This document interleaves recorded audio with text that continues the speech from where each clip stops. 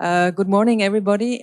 So I will talk about the social dimension on the example of Vienna and the social dimension of public green.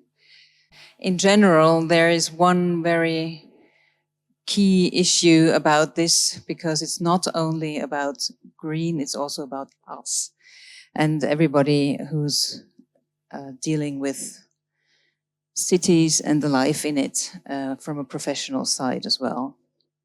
So I would like to talk about the city of Vienna and the situation it finds itself in. It's similar to other cities as well, in Europe at least. And we all strive for more green in one way or another. And you can tell different stories about every city. You can tell success stories if you like. You can tell disasters if you wish. You can put it one way or another. In general, it's just the attention we have to pay to all of those processes which in the end lead to a better quality of life in the city. So I'm talking about public space. What is public space? You find, I don't know how many meters of literature to define that. I will stick to a very simple one, perhaps referring to Jane Jacobs, who said that the sidewalks were the most vital organs of the city. I would say that public space probably is. Not only the sidewalks, this has changed since '61 when she wrote this sentence. Of course, these public spaces have to cater to many different things. They have to cater to public life, but now the watchword probably is solidity and resilience much more. And I would also like to emphasize the usability of public space.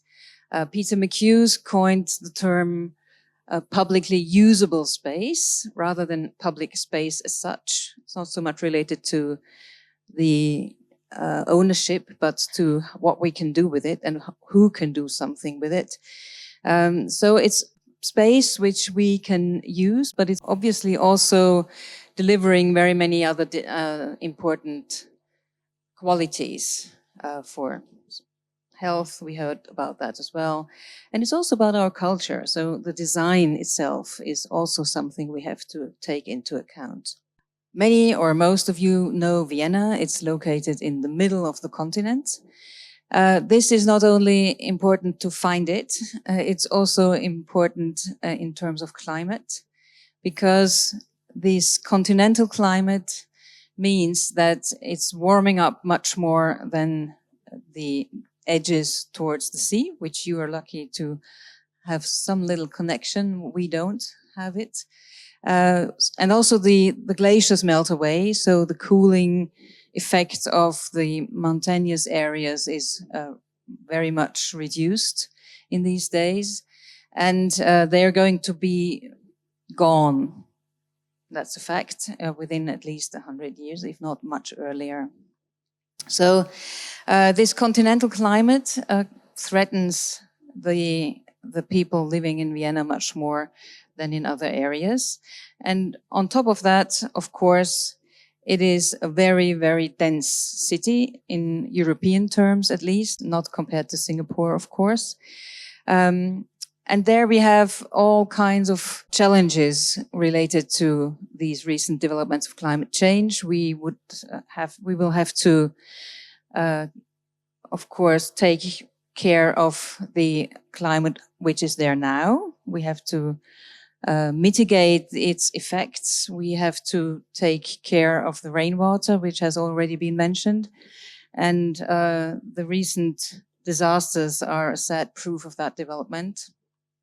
The city of Vienna has 415 square kilometers. It is a very densely populated city, and its population is still growing very, very rapidly.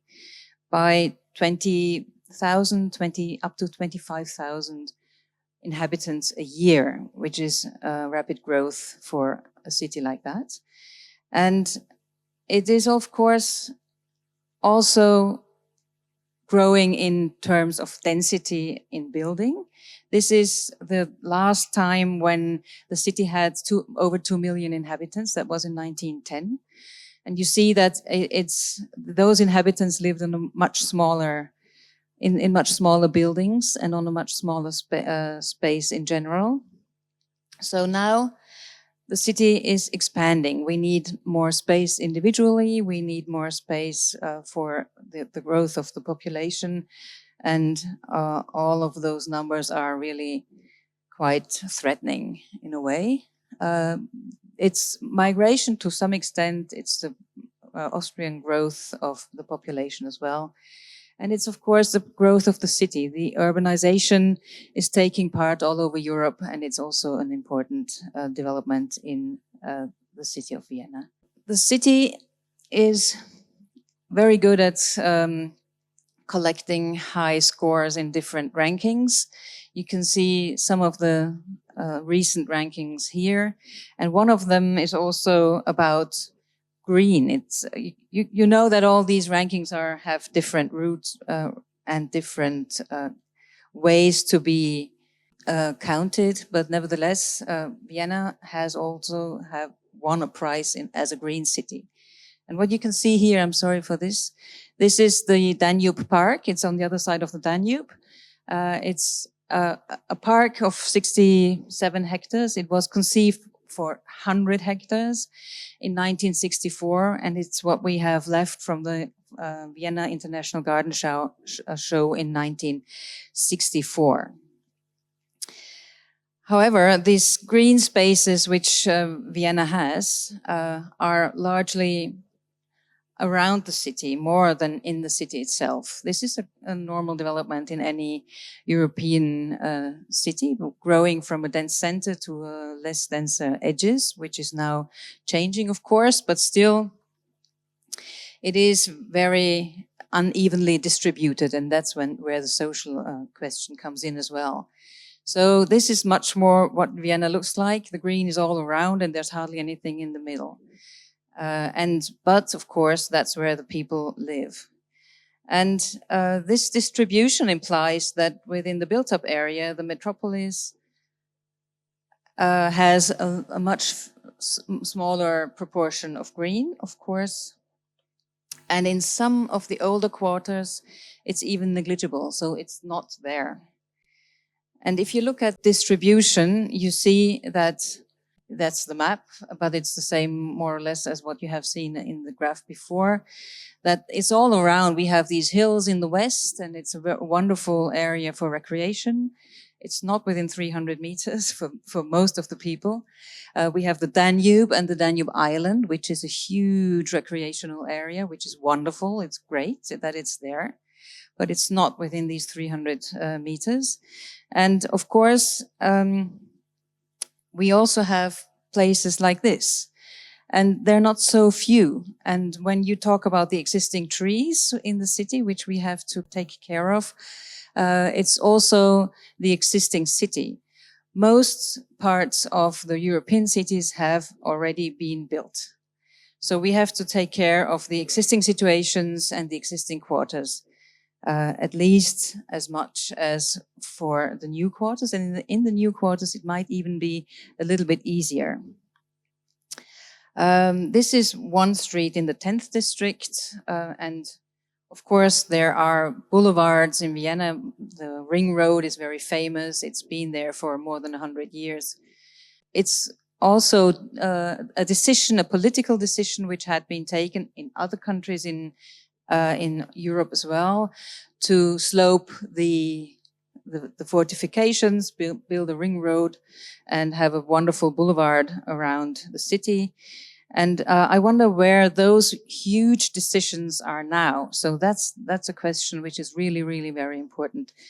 What are the big steps which we can take at the moment?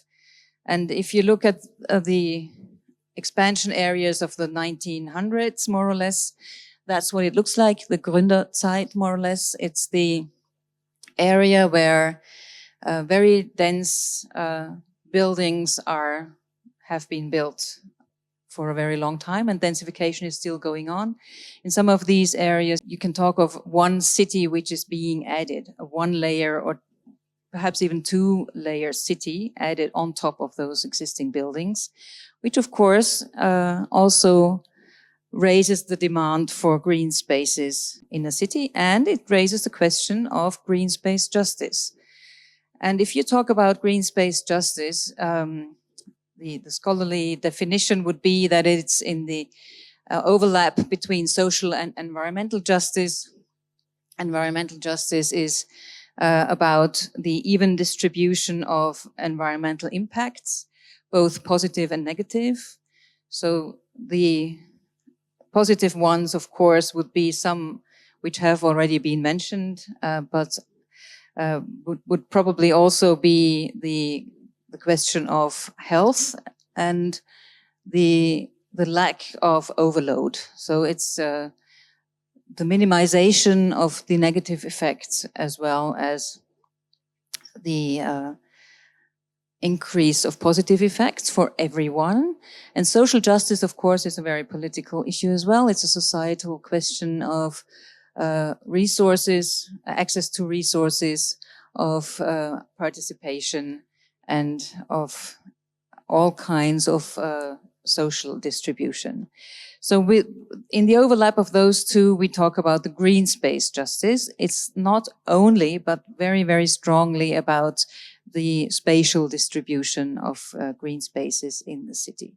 If you look at the climate analysis, which most cities or many cities have already, you find that Vienna is a hot city as well.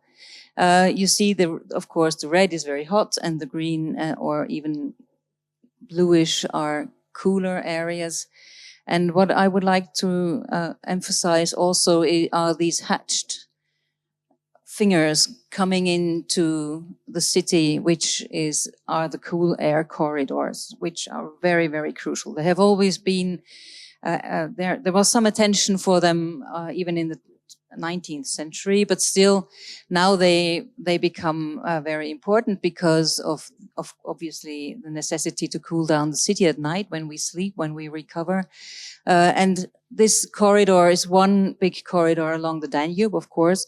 And if you look at the topography of Vienna, which you can't see here, but I can tell you, these are former or still existing rivers which came into the city. So that's where still the airflow also, air current is also flowing. And the distribution of the heat islands is obviously very, very uneven. You have a distribution in the city center. It's very hot. It's related to all these other issues which I have already touched. The building density is relevant and it scales down towards the edges of the city. And as much as we build at the edges, the more this distribution will be perhaps even, but not in the way that we would like it to be. The city of Vienna, of course, is also looking into the future. It's not only the heat, not only the temperature, it's also the duration of heat waves. And if you look at this graph, you see that in 2100, we expect heat waves of about 30 days or more.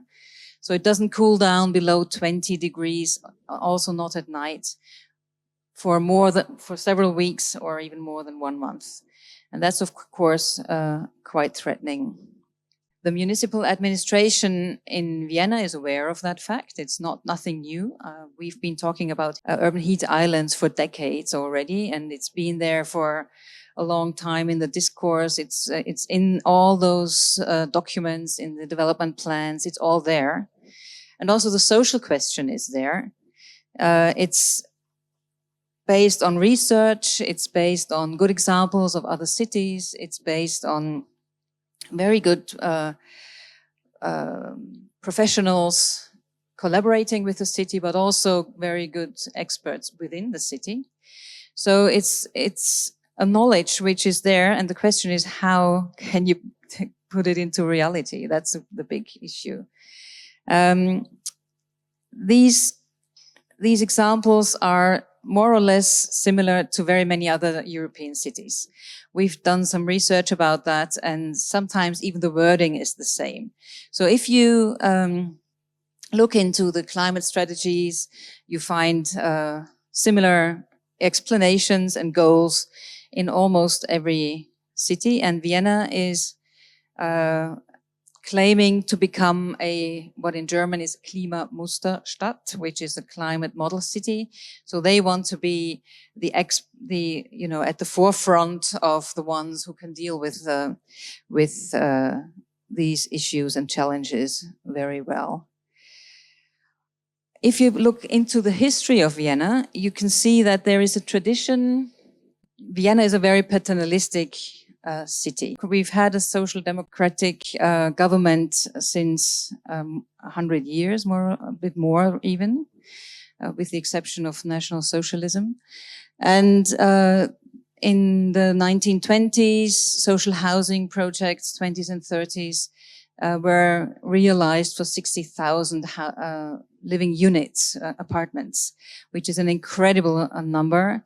And then back then, it was also all equipped with social amenities, with green spaces, with kindergartens. And I think you know a lot about that as well. Of course, this is not only the housing, but also after the Second World War, people related to it. And it's a heritage which is still very, very present in the city argumentation. And also social green was propagated very strongly. We have brochures. This is about the time when this Donau Park, the park I showed you an image of, was conceived. That was from 1964. The brochure is from 1963. In this brochure, the park is already there, and it's for a development area which hasn't even been started then. So first they built a park of 100 hectares, which is quite incredible. But the green structure is not reduced to public green or public open spaces. They also claim for private or semi-private green to be introduced. However, that is not enough. There is some protest going on. I think this was mentioned when I was introduced the park, which we've been fighting for quite a long time already now. A large number of initiatives who mainly claim the streets to be part of their public space, to be used as open spaces, to not only for cars, but also for cyclists, and also, of course, to stay there and have some green and nice, shady, open spaces. Of course, these protests you've already mentioned that there was protest against the greening in the city. And if you reduce traffic, there's always protest. There was protest in the first pedestrian zone in Vienna, which is in the heart of the city, Kärntnerstraße it's called, which now, of course, is unimaginable not to be there. And in the early 2010s, when they started to talk about a new large pedestrian zone, Maria-Hilfer-Straße, it was the same protest going on.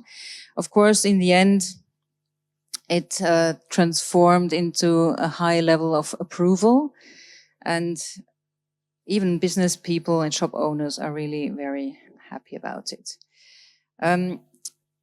If you talk about what people like and don't like, this map might show quite a bit of this explanation. Traffic reduction is asked for mainly in the areas where it's denser, you see, and then if you compare that to the urge for more green spaces, it's similar, but green is even more asked for in the whole city. So I think that's an interesting state in which we are in. We long for green spaces, we long for trees, but not only. And if you combine that, and now the social question comes back in again, if you combine that with the question of social data, then you find that you have a very, very strong urgency in several places where people live who have less quality of life, less money to spend on holidays and everything else. They have less cars as well, and they have other challenges of social kinds. And of course, this would also make a good prioritization map for measures. So what we did in a study was to look at those very dense areas. How can you improve very, very concrete and directly the situation in the city? So this is as you can see, is a grid of the 1900s, and in some places it's been broken up, and some other buildings and functions have been added to. And of course, all those tiny measures, they also add up to a very, very large improvement. And they are not only on the street surface, but also, of course, on the rest of within the blocks, for instance. And all of that is not new. It's just a question of having it on the paper so you can realize it step by step. I remember those claims have been going on for decades in my life. Even when I was a student, they were there already. But they're becoming more concrete. And of course, the climate threat, which is a real health threat as well, is now speeding these things up.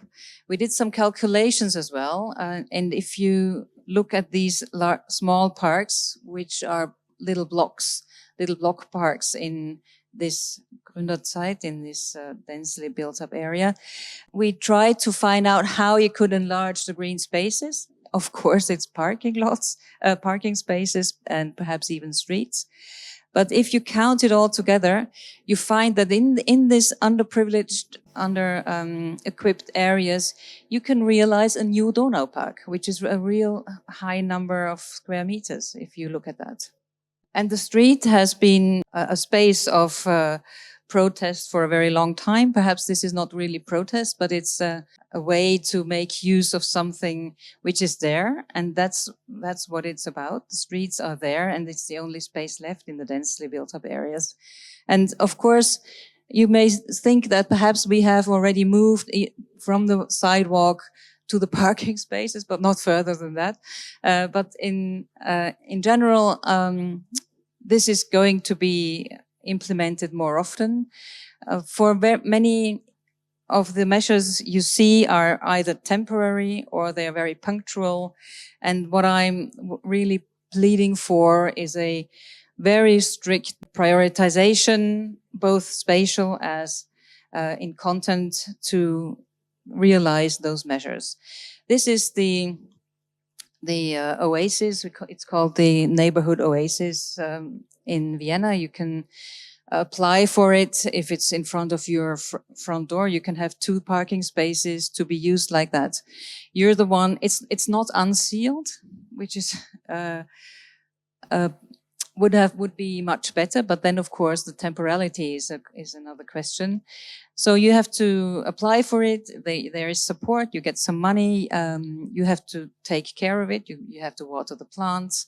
So it's a mixture of a social initiative to bring people together to do a thing like to use the space together, but also somehow the city is very good at leaving the task to the population.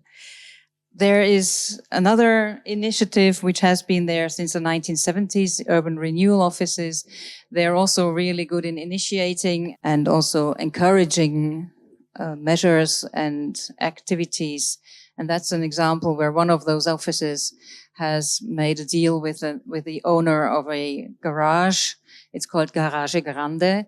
And inside you have, this is a very attractive space because, of course, it's cool in summer. And even urban gardening goes on in this garage, which is quite incredible. There are other examples which are copied, I would say. This is, of course, Barcelona. The super blocks, which is another temporal initiative. And other little squares are being enlarged, as I said before. So their green space is put together by erasing the street in between them. So it's a little bit larger because the climate effect of green spaces is not only about the trees and the plants, but it's also about the size. The larger it is, the larger the effect is. And this is, of course, in Vienna, the city claims for not 300 meters, but 250 meters even.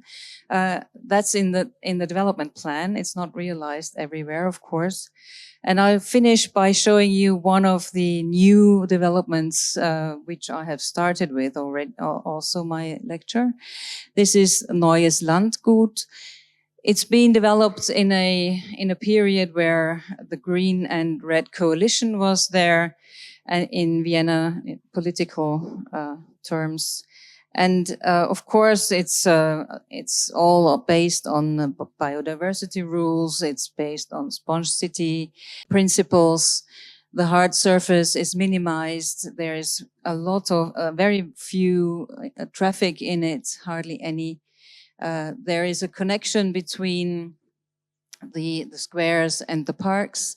And here you see that the park design is not only about, it contains a little tiny forest as well with a large number of different tree species. The park design is also very strongly related to this need for nature. It's not only about the real necessities of creating more biodiversity and dealing with the rainwater. It's also about creating the image of a new nature in the city. And I think that's an interesting issue. And the final remark is, again, Westbahn Park. I think that one of the most important goals for us must be to not only keep the trees which are there, but also keep open spaces which are there and reuse them and think of development not only by building development, but also by developing green spaces. Thank you very much.